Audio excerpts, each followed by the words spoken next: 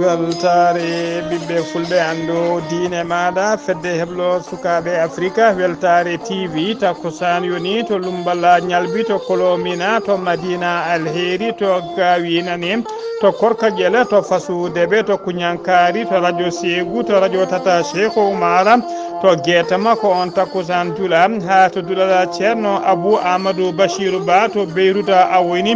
ko on takkusan juula ha to duɗala ceerno ɗa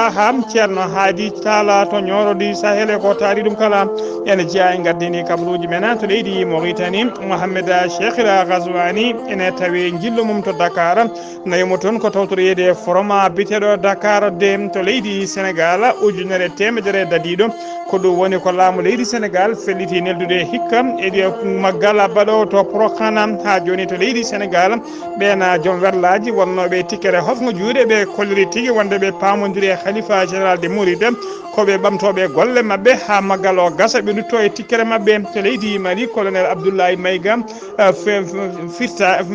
colonel Abdoulaye Maïga jagogal kalfinaɗo ko fati e gueɗe nder leydi mo leydi Mali o holliri tigui wonde o fiftaki ma calendrier ko fati e élection ngaji ɗum ne wawi dirtinede ha yesso to leydi Burkina Faso jam to leydi Burkina Faso laamu leydi France ɓe kolliri tigui ɓe keeɓi ɓatake ɓe jaaɓi wonde kay yaltinde ko nin koɓe mabɓe ha laaɓe ndera leydi hen to leydi Nigéria ko bombo wedda e ɓeena aynaɓe arnoɓe yaltinde jawdi mumen ko famɗi kala fodde capantato e jeeɗiɗo gayna ko wasi hen fittade mum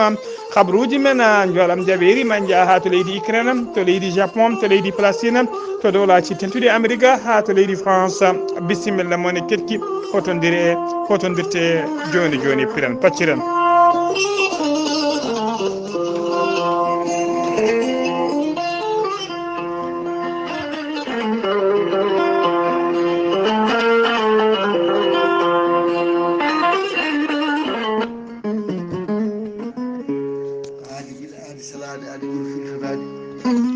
salade aadi ɓuuri firtude aadi ceerno Djiby Sy wi kañum fittata aadi mum mo adodiri e weltare ɓiɓɓe fulɓe andu diine maɗa mo adodiri e dendagal hettiyankoɓe radio weltare ɓiɓɓe fulɓe andu diine ma ceerno Djiby Sy ko wittiyanke leɗɗe ko safriyanke safruji fina tawa ceerno Djiby Sy ko jaadiɗo ɓalawal e danawal kala labɗo reedu malaɗo wune ceerno Djiby Sy ne safra rafiji kewɗi ne jiida ciirola omo safra wonduɓe kista fibram dogam sita rewɓe ɗon koɓe sowade rewɓe dartoraɓe kala ceerno Djiby Sy ene jogui leɗɗe fannuji tati hen fannu goto sa hutorima ɗum fodde sappo e tati rafin yaltayma ha laaɓa fannu goɗɗo so tawi a hutorima ɗum fodde sappo e jeenayi rafin yaltayma ha laaɓa fannu tataɓo o waddete koye gawri samme walla gawri ndemiri so tawi a waɗi no wirumani ko famɗi kala fodde temedere rafin yaltayma ha laaɓa ceerno Djiby Sy ne jogui peggue usula pewnare bawɗe neldede kala leydi e kala continent pirtoji dabaruji ɓeydoji arsigaji ceerno Djiby Sy ne yawrani ɓen worɓe yitaɓe yitade koye mumen e worɓe usraɓe goragu ceerno Djiby Sy ene andina dendagal kilineɓe mumma caggal nde waɗi tour nder leydi Sénégal o wattiyoɗo saaha joni mo tawi nder Nouakchott to base makko tawateɗo netteka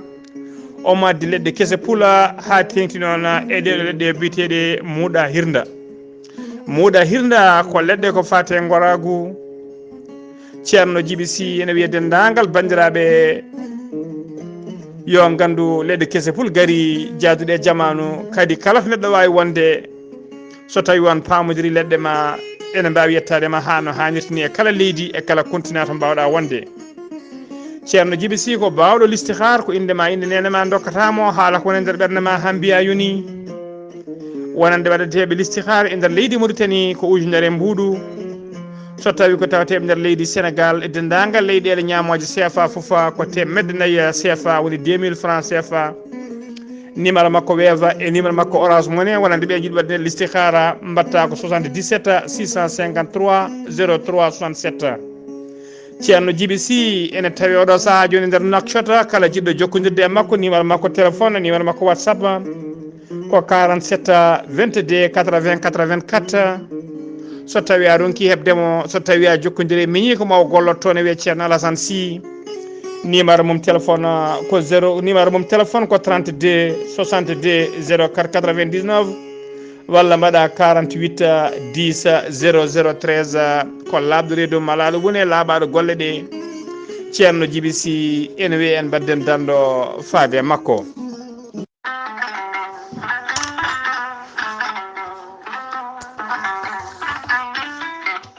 musidɓe tedduɓe funnangue hirnangue rewoy worgo sahale ɓaleri jam koye are meɗena gorel teya ko haako moƴƴo iwruken tokkorji nooro ari ko walludena e safrudena ha moni kala yiito hen hoore muɗuma gorel teya ko haako no haako wargani a ittade hen ko jamireɗa mbaɗa hen ndiyam ngulɗam aɗa yara aɗa yiito hen cellal ɓandu maɗa an joguiɗo AVC jogui karƴat ƴiƴam dogata e ɓandu mum ɓandu jaaɗoru ɓandu wuloru ɗaɗi cokkiɗi jokkodire gorel teya ma yiito hen hoore maɗa a neɗɗo tuƴiɗo mo yahata juma e jama mo jokkoyta en ɗama gam koyɗe musoje koppi musoji dadorde musore sa jokkodire gorel teya joni joni keɓa hen ko laaɓi sa yiiɗi hebde tonggode gorel teya walla site mabɓe mbawa janggande hoore maɗa ko jangga e gorel teya mbatta ko www.gorelteya.com ma yiyan hoore maɗa ñabboji ɗiɓe janti toon kala so tawi wondi heena jokkodira e tonggode gorel teya so tawi ko tonggode gorel teya gonɗa koto leydi Mauritanie jokkodirta koye Ramata Mangana mbatta ko 00222 49 18 81 13 walla so tawi gonɗa koto Guriki jokkodirta koye Deniba 77 571 33 10 walla so tawi gonɗa koto Mbour jokkodirta koye Saydou Ndawa 77 388 21 88 walla so tawi koto Bonji gonɗa jokkodirta koye Salamata Ba 77 695 43 01 walla so tawi koto leydi France gonɗa jokkodirta koye Haruna Ngayda mbatta ko 06 50 99 64 43 musidɓe tedduɓe gorel teya hewɓe cettima dañi hen jaam cafren koye mena cafroɗena gorel teya dañen jaam kettode kaburuji mon e ɗemngal pulaar Afrique, Asie, Europe, Amérique, Moyen-Orient, Océanie. jam hiire moon musidɓe tedduɓe eɗen goni alkamisa nogas jeegom lewru siilo hitande ujunnaji ɗiɗi e nogas tati habaruji moon e ɗemgal pulaar e sawta he ko musidɗo moon sehil moon Ghalii Abuu Bah to karallagal ha bawon yiide en to banggue nate ɓosojo ko Saydou Abou Bah koto leydi Mauritanie puɗorɗen ko alarba hanki o fuɗɗino ñawore Mohamed Oula Abdel Aziz e wondiɓe mum tumaɓe mbuñari e borjingol ngaluji leydi e nder duuɓi sappo ɗi kanko Abdel Aziz o ardino leydi ndi kamɓe yaadiɓe Aziz ɓe noon kamɓe kala kamɓe yaadiɓe Aziz foɓe ñawede ɓe kala ɓe noddano tigui ɓe mofta ko nder galleji taw ko galleji meublé woni tigui des immeubles galleji meublé ko nder hen ɓe moftano hande ñawore nde wawi gasde kala kanko Mohamed Ould Abdel Aziz noon gonnoɗo hooloji leydi ndi kanko noon nanggano o mofta ko nder direction générale de la sécurité nationale mo leydi Mauritanie teskama noon ñalawma hanki o to tribunal mo Nouakchott yimɓe hewɓe jalti no fewi gam arde kay tawtorede ñawore nde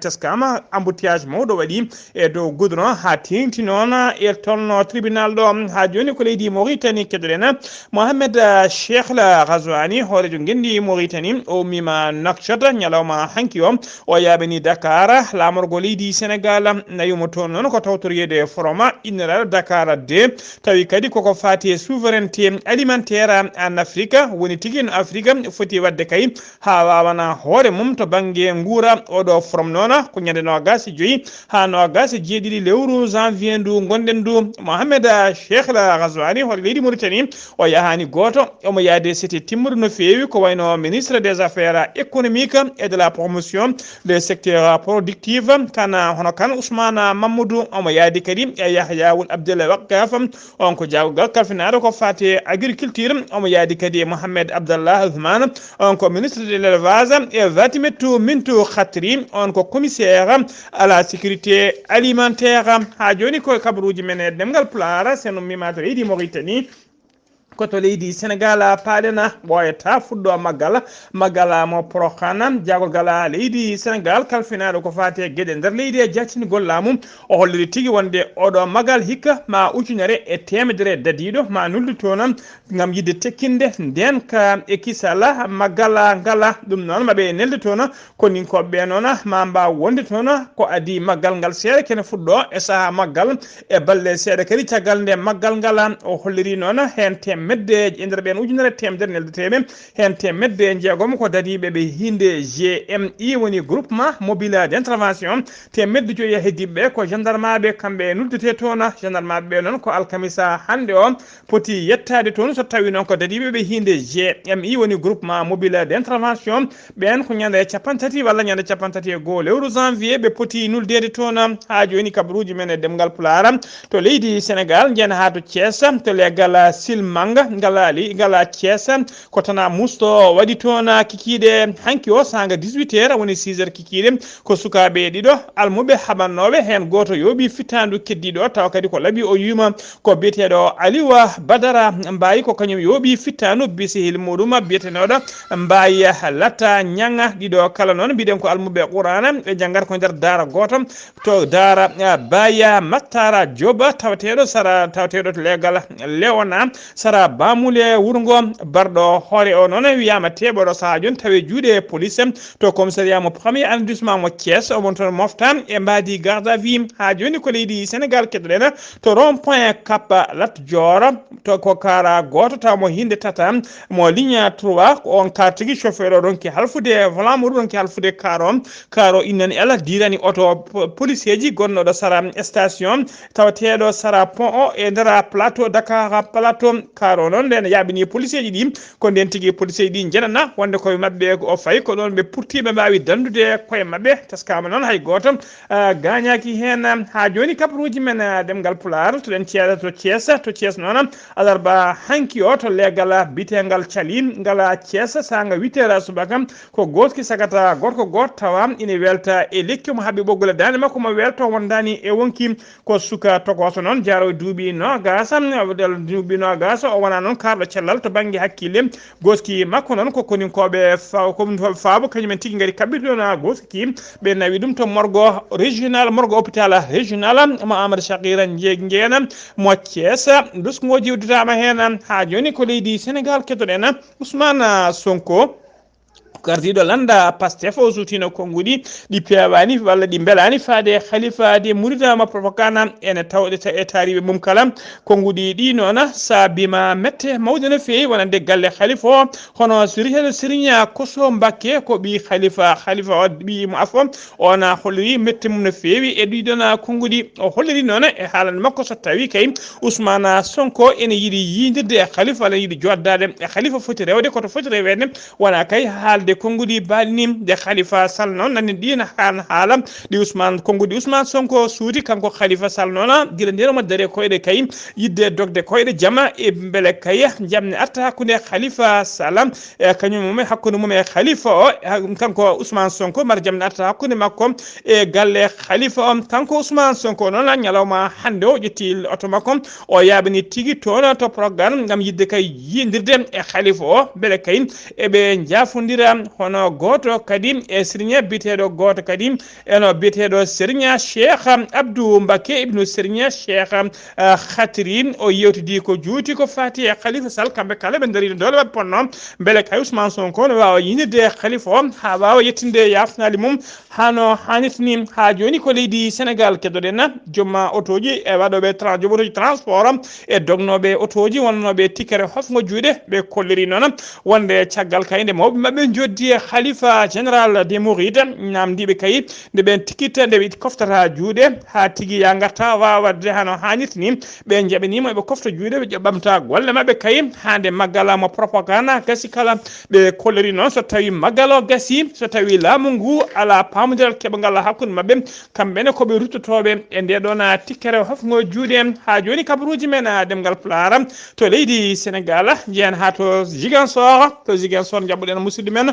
sehil men Amady Sa Kebe assalamu aleykum wa rahmatullah. aleykum salam wa rahmatullahi taala wa barakatuh. Ghalii Abuu Bah salmitama e ɗemngal hettoɓe weltare TV kabruji garanɗen ɗo e nder Ziguinchor hannde jeyeten to ko palol dande maayo ngol rewo e worgo to wiyete cooji ngulli e nder Mauritanie. kamɓe cooji ngullinaɓe de ɓe ngullitima ɓe ngala forage eɓe gonde ɗon ka mawka eɓe jogui leydi mabɓe eɓe ndema ɓe mbaɗi sardiŋaji mabɓe kono noon eɓe ngulliti ɓe ngala ndiyam ndi ɓe ngala forage boyli mabɓe joori ɗum noon eɓe ngulliti laamu ngu yo waw daranade ɓe ko ɓuuri yawde yaccade wawa toppitanade ɓe kamɓe de ɓe gonde ɗeɗo caɗele rewɓe ɓe hande daari golle jamma e ñalawma. Ghalii Abuu Bah denɗiraɓe ma jaljalluɓe wonɓe toon ɓe kolliti ɓe mbi ɓe kirtota ko sownaɓe keɗo jolam jabiri ɓe mbiyata kamɓe weltare TV sownaɓe keɗo jolam jabiri ɓe mbi noon eɓe kollinma ɓe kiira hirtade nde wonno ko ma gara kono noon eɓe ñaguima ya arallaw mi hollitiɓe koye golle gonɗa ina wayno Nanka FM ne kañumni nde wonno ko ma fawa diwan o wawa heɗade ɗum noon kamɓe ɗe ɓe kolliti kamɓe Nanka FM naɓe nde wonno yimɓeɓe ne keɗoɓe no fewi journal o ne hiira so tawi dañama aralaw ɗum ɗon noon ɓe kolliti ɗum ɗon e weltare mabɓe fewde e maɗa so tawi en jeehi to e kay hayɗi ceerno men Ceerno Tidiani Alpha Mamadou Siley khalifa général de Tidiani o holliti kala dewetenoɗo korka yo waɗ feere yoɓa ko ɓuuri yawde e yaccade nde wonno so nduɗo maayi tan rewori hen ndu maayi eɗen gandi noppi babaɓe nanani ko lewru korka daroto ɗum no o holliti kala dewetenoɗo yo waɗ feere yoɓa so tawi en gartiɗo e ñaabina eɗen gandi musidɗo meɗen Alassane Sow walla mbiyama Alassane Binta gara commerce gonɗo e nder ñaabina o holliti kankone de weltare makko e jolam jabiri omo hetto no fewi omo ñagono on jaam e cellal an e Sar Ablaye Sar e dennagal correspondant ji weltare TV musidɗo mon Amadou Sa Kebe gorko mbotto kabruji ɗo fu ɗo radio Zik FM jokkodirde e Ghalii Abuu Bah yallo kewalde e allahumma amina seydi Kebe en beltanima dendagal bandiraɓe hettiyankoɓe jolam jabiri hettiyankoɓe radio ji men Nanka kala en dunima kadi ceerno Amadou Tidiani Ba mo kay haydi nde Allah junnata balɗe makko moƴƴina battane makko e golle payɗi nde o waɗata e darnade diine islam habruji men ɗemgal pulaar sen numima to leydi Sénégal ko to leydi Mali paɗena état major général des armées mo leydi Mali waɗi communiqué mum tongode ɗiɗi ko fati e golle mabɓe habtade sebbitiɓe eɓe kabra noon dendagal malinaɓe wurɓe nder leydi Mali e wurɓe caggal leydi ha opinion national et international kala wonde kayye tuggi wonde kayya golle mabɓe te dari deɓe dari kay ha tengti noon ko fati kayya tuggi ko ɓe cakkirno wadde communiqué mabɓe mo balnoɗo ñande tati lewru décembre 2022 faade oɗo saaha joni guila kay e banggue rende ɓesgu leydi Mali ha to banggue habtade sebbitiɓe e waɗa boniɓe kala ɓe kolliri noon tuggi décembre 2022 fayi joni golle ɓurɗe mantidinde no fewi ko ɓe mbaɗi koko fati kay e ɓeydude tekkinde ndenka e kisala ha malinaɓe e jeeyi mumen kala mbawa tigui hisde hano hannirni ha mbawi kadi wadde fête mumen taw ko fête fin de l'année 2022 hano hannirni ɓe mbawi yuɓɓinde kadi fête mabɓe mo 20 janvier 2023 ɓe mbaɗi noon ɓe kolliri wonde ɓe mbaɗi e ndera communiqué heɓe kolliri wonde fama waɗi capanɗe jeegom e ɗiɗi opération hena nogas ɗiɗi opération ko aéroporté baɗaɗi koye nder fande ɓanno ɗum koye nder fande to wiyete Saare Ebbe ha to wiyete Boré e to wiyete Kara e tawi nder Masina ha to wiyete Balanguira ha to wiyete Simi Kanda ha to wiyete Naddani ha to wiyete Sosoɓe to Kangela e to wiyete Zenza ha to wiyete Singo e to Douentza kala to Boni ha to wiyete Bawle ko nandi hen ɓe kolliri ɓe mbaɗi mission ngaji nogas ina mission ngaji noon ko mission de reconnaissance offensive e nder secteur mo Safra e to Bandiagara to Konna to Douentza ha to Boni en sago ha to Menaka kala sappo e jeeɗiɗi opération de frappe aérienne ɗum noon tawi ɓe mbaɗi hen tati ko avec drone woni ɓe kutiri hen opération ngaji tati ko laari diwoje ɗe hinde dorona ɗi hinde taw ko alkulala TBD e nder secteur mo boni to Donza ha to Tenenkou ɓe mbaɗi opération ngaji tati frappe artérière ɗum noon taw ko ɗi hinde grade MDM e nder secteur mo Ségou ha to wiyete Sofra bilan noon e nder ɗiɗo opération ngaji kala bilan ko ni lelori ɓe kolliri 62 terroriste ɓe joɓima pittali mumen 44 terroriste wonɓe ɓe nangi ɗumen so ɗum noon taw ɓe nangi ɓen koto nokku biteɗo Sofra ha to boni ko nandi hen no gas ɗiɗi base taw ko base uji logistique sebbitiɓe ɓe duppi ɗuma autoji joyi ɓe bonni ɗum ɓe taw ko autoji cebbitiɗe ɓe mbawi bonnude ɗuma no ga 34 moto terroriste en ɓe mbawi heptude walla ɓe bonni ɗuma 13 bombo tufanoɗi ɗi hinde taw ko tufanoɗi ɓe mbawi firtude ɓe bonni ɗumen 10 ɓe mbawi kadi heptude petelaji tati ɗi hinde PKM wondude 50 fetelde hinde PM wondude petelaji ɗiɗi ɗi hinde RPG e wondude petelaji nogas carabine ceka wondude charge rouge kure kewde no fewi munition ɓe pirti ɓe bonni wondude bomboje ɗe hinde ji woni bomboje ɗe ɓe kewi tufade e laabi ɓe keftiniɓe noon kaɓirɗe kewde to banggue communication guila e téléphone aji ha e radio ji talkiwalki ɓe mbawi kadi heftan deɓe tiniji kewɗi taw ko tiniji militaire foof ɓe kepti koye juuɗe seɓɓitiɓe ɓe kolliri kadi fodde kene ɓuura 50 dammowol hakkude nayyi beyi baali e bamdi koɓe mbawi heptude juuɗe seɓɓitiɓe ɓe batti ɗum noon e juuɗe laamu tawateɓe to doggu fof ɓe dokki laamu ɓe kepti kadi fodde 320 naggue ɓe mbawi wattude ɗum e juuɗe laamu tawateɓe to doggu fof ne dokkita jomumen ɓe mbaɗi noon escorté kadi fodde 450 neɗɗo e jawdi mumen kala to on sogo waɗɗa oɗo sata ko saaha mo gonno e embargo taw ko embargo terroriste en ɓe escorti kadi fodde ujunere otoji civil en e dow lawol umade gawo fadde to wiyete Lamzenga ɓe mbaɗi kadi ravitaye guure kewɗe banggue guura ko wayno wuuro wiyetego Tissite ko wayno wuuro wiyetego Lelle Hoye e to wiyete Tima e to wiyete Mondore ko nandi hen état major général des armées mo leydi Mali ene andina wonde dadi momi hinde fama nan darina dole mum ponno ene jokki golle mumen tekkinde nden kay kisala malinaɓe non ko men kala e dendagal wurɓe nder leydi Mali kala e heftade seɓitiɓe Bamako ñande 25 lewru janvier 2023 sifi kaydo ko directeur de l'information et des relations publiques des armées hono colonel Souleymani Dembélé habruji men ɗemngal pulaar ha joni to nder leydi Mali ñande 23 lewru janvier gonɗen ɗum jagorgal leydi Mali kalfinaɗo ko fate gueɗe reliɗe jaccinugol laamu hono colonel Abdoulaye Maïga hono colonel Abdoulaye Maïga o holliri tigui kanko colonel Abdoulaye Maïga o joddima batu o joddi noon batu ngu koye comité de pilotage ko fate référendum leydi ndi e ɓen taw ko comité halfinaɓe ko fate élection ngaji général woni cital bitengal AIGE ɓe mbaɗi battu ngu noon koto siége kesso to AIGE taw ko kesso pulo ma haɗo joni udditare kene wona jonti ɗiɗi e nder battu ngu noon kanko Abdoulaye Maïga o holliri tigui wonde o tengtini sumgoji koko juɓɓinte e nder leydi he hano hannirta ni ha leydi ndi rutto tigui e constitution mum hano hannirta ni kono noon de o holliri wonde kay calendrier moɓe jogui o fiftaki kay ma calendrier o dirtine ko fate sumgoji dijjaɗi ɗi kay taw koɓe kalduno eɓe pamodiri e CEDEAO mo sikki tan ene wawi ɗum dirtine saabu kay golle kewɗe poɗɗe gollede nana yeeso mabɓe ha joni kabaruji men e ɗemgal pulaar koto Burkina Faso paɗen laamu leydi Burkina Faso laamu leydi France ɓe kolliri tigui wonde ɓe keeɓi ɓatake ummorade kay e laamu transition go Burkina Faso namdade nde ɓe jaltinta koni koɓe mabɓe ha laaɓa e nder leydi Burkina taw kadi koko ɓuuri yawde délai ko lewru wotoro e kolliri noon ɓe nani ɓe jaaɓi kadi ma ɗum waɗa haala hannirtani koto leydi Nigéria paɗen e nder hakkude leydi Nigéria to kerola hakkude état biteɗo Benue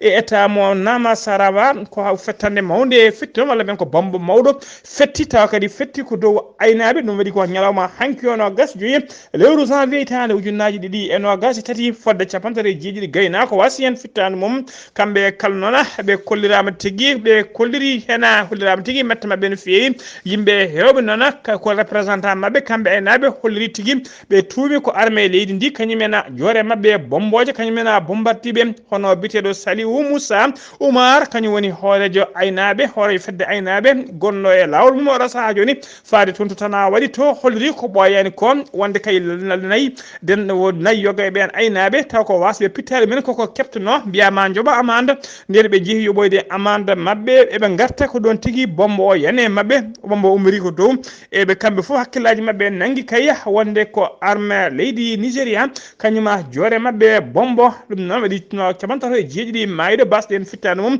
omo sikki kadi bila o ma ɓeydo sikki bila o ɓuuri ɗon aynaɓe kalɗona kolliri hen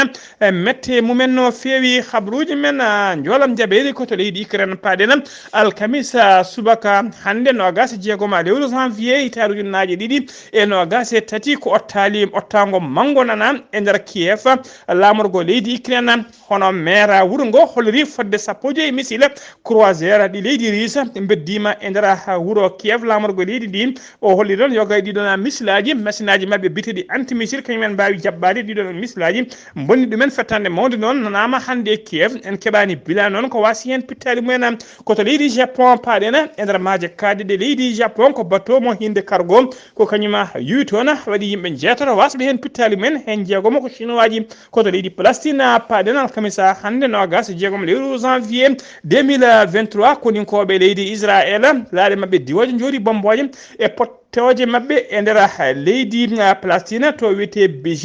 Jenin noon en tawe to banggue ene tawe tigui to worgo wuuro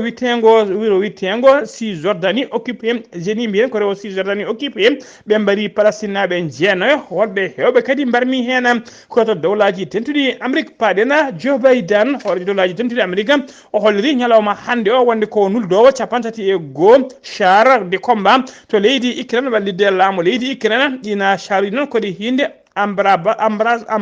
kodi hinde Abrams